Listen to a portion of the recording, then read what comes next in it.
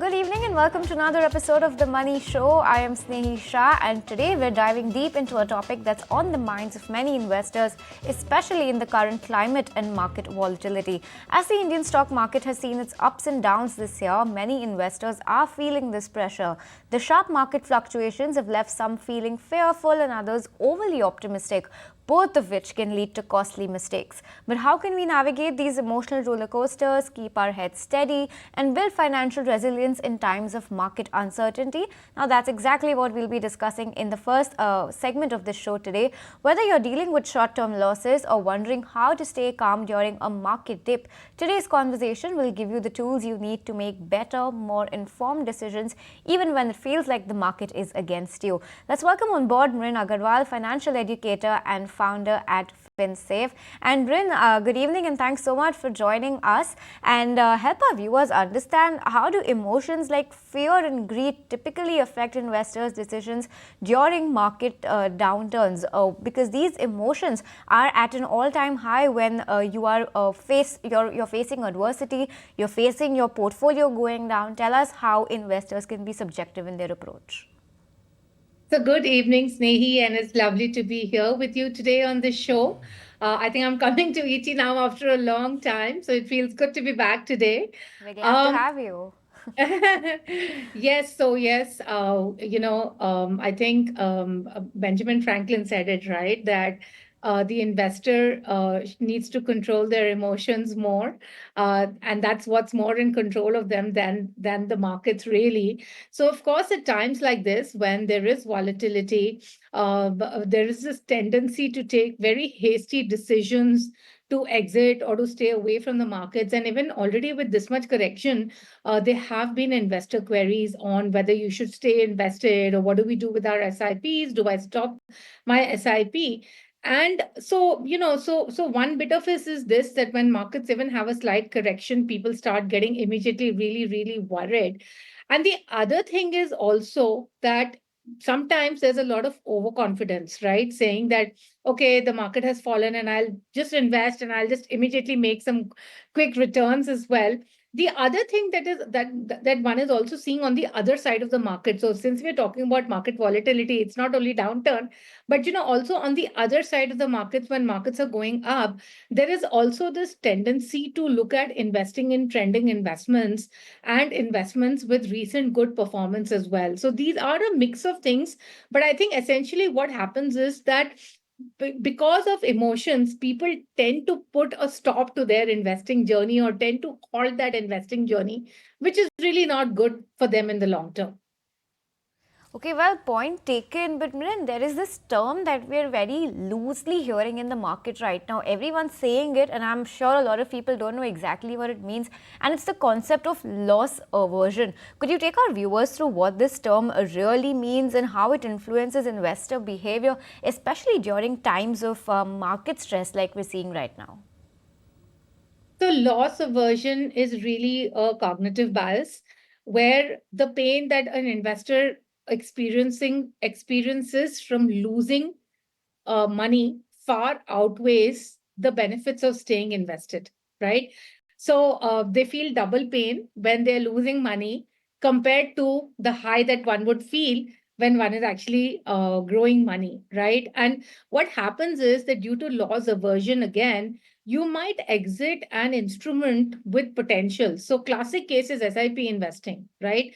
And the classic case is 2020, March 2020, when due to COVID, markets fell and a lot of people put a stop to their SIPs, believing that, okay, now we're in some really bad times and I would rather just stop here and, take a stop loss rather than continuing further and stuff like that. But as we saw, the people who remained invested made up in the next 1 year to 3 years in such a great way, right? So essentially, what happens is that you tend to also exit good investments as well. And also, what happens in many times in loss aversion is that you actually hold on to losing investments and you basically go out and you sell the winners as well. The other thing is also, of course, due to this loss aversion, people tend to prioritize short-term security over their long-term growth. So, of course, this, as I talked about the COVID experience, it really backfired for most people, and this is what typically happens in the market. So, I think all in all, I think it just this loss aversion just makes people extremely, extremely cautious, overcautious, which they don't need to be. Okay, well, point taken. Thanks for that.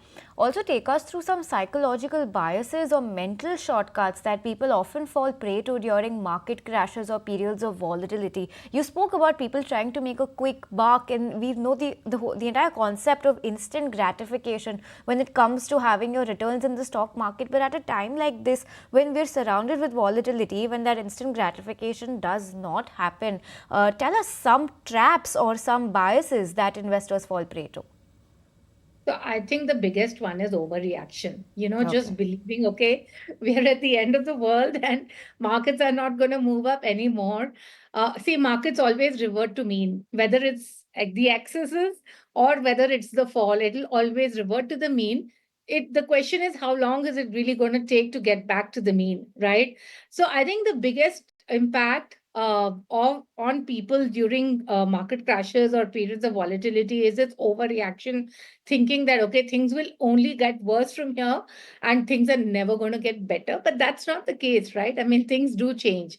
The second thing is also herding behavior, right? So you basically follow what others are doing, and we've seen this in the market time and again, that whenever there's a slight fall, people start talking very negatively. When markets are doing well, then you'll have all these predictions saying that Sensex is going to touch 1 lakh or gold is going to touch 1 lakh.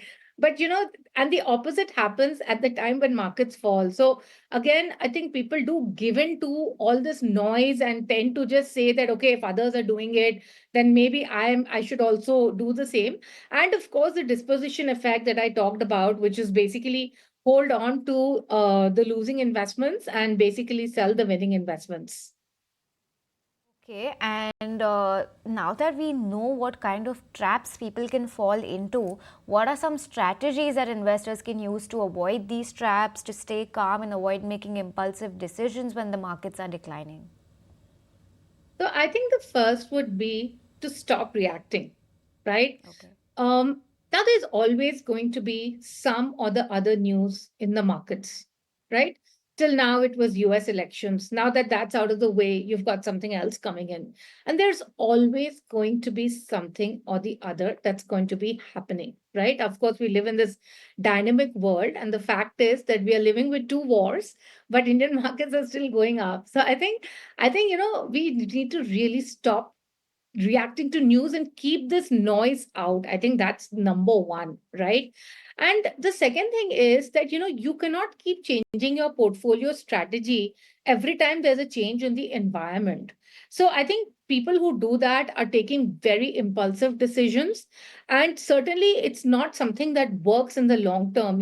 What actually works in portfolio management, personal portfolio management, is really choosing right and remaining invested. It's like the tortoise and the hare story, right? All of this jumping in, jumping out is really not going to help you.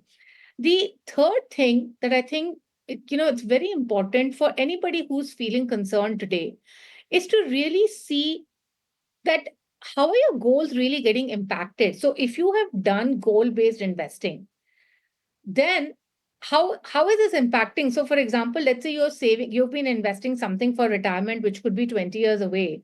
How does the current market situation really impact something that's 20 years down the line? Not really, right? I mean, it's not going to have such a big impact. So I think it's very important that you need to see how quickly you need the money, how quickly you need to draw down your money, and then what is the impact. Certainly if you need to draw down money in the next 6 months, yes, you should be concerned. But if you have 4 years, 5 years to go to draw down the money, I don't think that one should really get perturbed by this particular volatility. Of course, do not stop investing. That's the biggest mistake that you can do, because when you are investing at downturns, you're actually acquiring more units, and that's when the rupee cost averaging is really going to work in your favor. So do not stop the SIPs. And finally, remain optimistic, because remember that 10 to 15% drawdown happens almost every year, but markets do bounce back. We do see higher lows.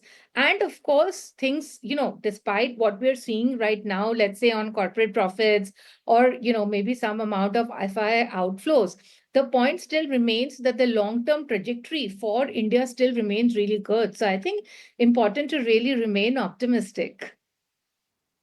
Being optimistic is the key, and this is something that investors may develop over time. In even the most seasoned investors, there are times where they may slip and they may fall prey to one of these biases. But Mrin, just on a parting note, what would your advice be to new investors, fledgling investors who've just entered their market? And imagine someone just dipped their toes into this market, let's say 3-4 months ago, on a fresh salary, is very optimistic, very excited, and is greeted with this kind of volatility and market correction. What's your advice to them? That's part and parcel of investing. Get used to it. Life is not a one-way street, right? So the same thing goes with investing as well. Okay, then, Mrin, lastly, I want to also discuss with you. You did say that keeping an outlook for the longer term is important. So, how important is it, and how can it be done? How can investors keep their eye on the long term perspective while also facing short term market volatility? How does one go in hand with the other? How do they strike that balance? Yeah, it's a little difficult, Snehi, given the fact that, the last 4 years, you've only seen positive returns. And that's true for more than 70% of the investors today who've only come in the last 4 years, right? So for them, who've only seen the good times, I think they might be quite perturbed. So I think the first thing is to just keep some basic things in mind. Like, for example, it's not easy to really quickly multiply money.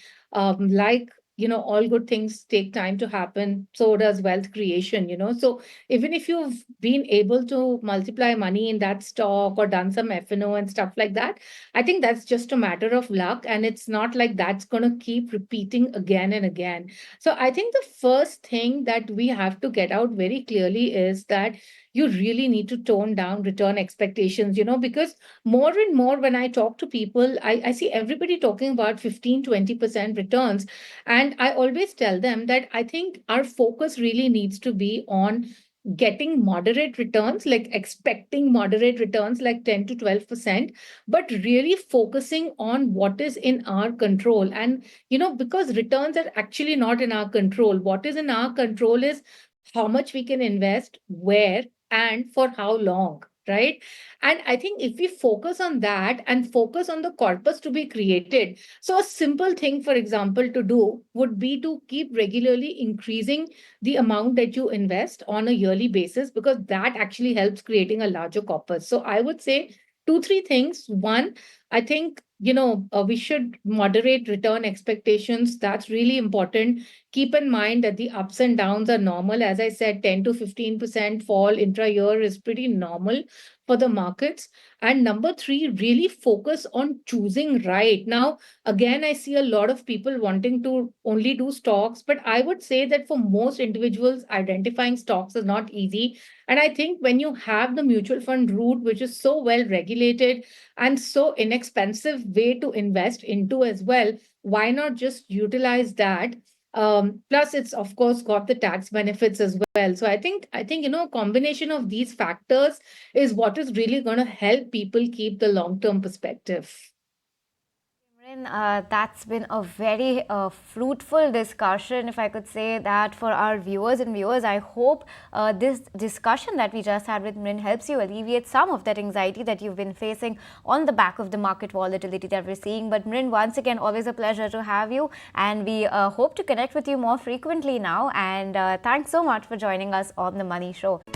If you like this video, then like, share and subscribe to ET Now.